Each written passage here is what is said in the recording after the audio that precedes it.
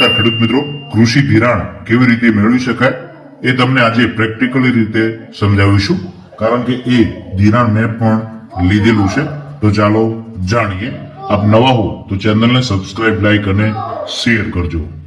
તો અહીં આપ જોઈ શકો છો બેંક ઓફ બરોડા તો BKCC 2,95,000 ઉપાડેલા છે. તો તમામ માહિતી જાણીએ. તો તેની અંદર 7/12/8 ના ઉતારા, ત્યારબાદ હકપત્રક છની તમામ નોંધો, પિયતનો દાખલો એ તમને આગળ બતાવીશ કે કેવો આવે છે. ચતુર્સીમાં દર્શાવતો નકશો, મિલકત આવકનો દાખલો, ફોટો વાળું પ્રમાણપત્ર, ત્યારબાદ આધાર કાર્ડની ઝેરોક્સ, પાન કાર્ડની ઝેરોક્સ, રેશન કાર્ડની ઝેરોક્સ, ચૂંટણી કાર્ડની ઝેરોક્સ અને 4 પાસપોર્ટ જે ફોટો આવતા હોય છે તેની કોપી. અટકફેર હોય તો સોગંદનામું, કારણ કે એની અંદર અમુક અટકફેર હોય છે જૂના નામ પ્રમાણે અને નવા આધાર કાર્ડમાં એવું કંઈ હોય તો સોગંદનામું અને 300 ના એગ્રીમેન્ટ સ્ટેમ્પ અહીં 2. ત્યારબાદ જાણીએ તો પીએચ સાધનોનું પત્રક આ રીતે આવતું હોય છે. એ પણ તમને તલાટી કમ મંત્રી પાસેથી મળી શકે છે. પીએચ અંગેનો દાખલો, ત્યારબાદ મિલકત અંગેનો દાખલો તો આ પ્રકારે આવતો હોય છે. ત્યારબાદ છે ચતુર્સીમાનો દાખલો, એ તલાટી કમ મંત્રી પાસેથી મળી શકે છે. તો અહીં તમારી ચતુર્સીમા, અહીં તમારો સર્વે નંબર, અહીં બાજુમાં દાખલા તરીકે પૂર્વમાં કોનું છે, પશ્ચિમમાં કોનું છે, દક્ષિણ ઉત્તર એ રીતે તમારે બતાવવાનું હોય છે.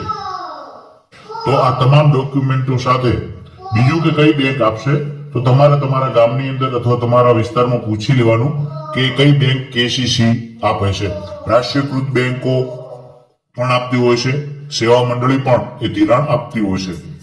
તો આપણે બીજા વિડીયોની અંદર એ પણ જાણીશું કે કેટલું તેના ઉપર વ્યાજ દર હોય છે. 3 લાખ સુધી સરકાર વ્યાજ દર એ માફ આપતી હોય છે, જે 7% વ્યાજ હોય છે. ત્યારબાદ જો 3 લાખથી તમે હાલમાં એ મર્યાદા 3 લાખથી છે, જો વધારે લો તો એ સરકારશ્રીના નિયમો મુજબ તમારે વ્યાજ ભરવું પડતું હોય છે. ત્યાર બીજું પણ એ જાણવા મળ્યું હતું કે 8 કે 10 લાખથી તમારે વધારે ધિરાણ લેવું હોય તો એ વેરિફિકેશન માટે પણ બેંક વાળા આવતા હોય છે. તો તમામ ડોક્યુમેન્ટો તમે બેંકની અંદર જમા કરાવશો. ત્યારબાદ બેંક વાળા એ જમીન ઉપર કેટલું ધિરાણ આપી શકાય છે એ જોશે. દાખલા તરીકે 5 લાખનું ધિરાણ અહીં મેળવ્યું છે 3 લાખ, પરંતુ એમણે બોજો કેટલા સુધીનો પાડ્યો છે 5 લાખ. એનો મતલબ એમ કે જ્યારે આવતા વર્ષે મારે 5 લાખ સુધી લેવું હોય તો એ મળી શકે છે. બેંક તમને અહીં નક્કી પણ કરી આપશે કે તમને કેટલું મળવા પાત્ર થાય છે. એ રીતે એ બોજો દાખલ થતો હોય છે.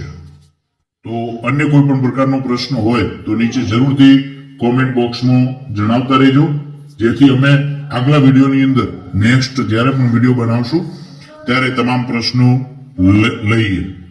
તો અમારી ચેનલને જોતા રહેશો, લાઈક અને સબસ્ક્રાઇબ કરજો. આ વિડીયોની અંદર આપ વધુ માહિતી માટે બેંકનો સંપર્ક કરી શકો છો, અથવા કોઈ સુધારો હોય, હજુ વધારે કોઈ વ્યક્તિને ખ્યાલ હોય ખેડૂતને, તો નીચે કોમેન્ટ બોક્સમાં જણાવી શકો છો, જેથી વધુ ખેડૂત મિત્રો એ કોમેન્ટ બોક્સ વાંચી અને જાણી શકે. કોઈ કરેક્શન હોય તો આપ જણાવી.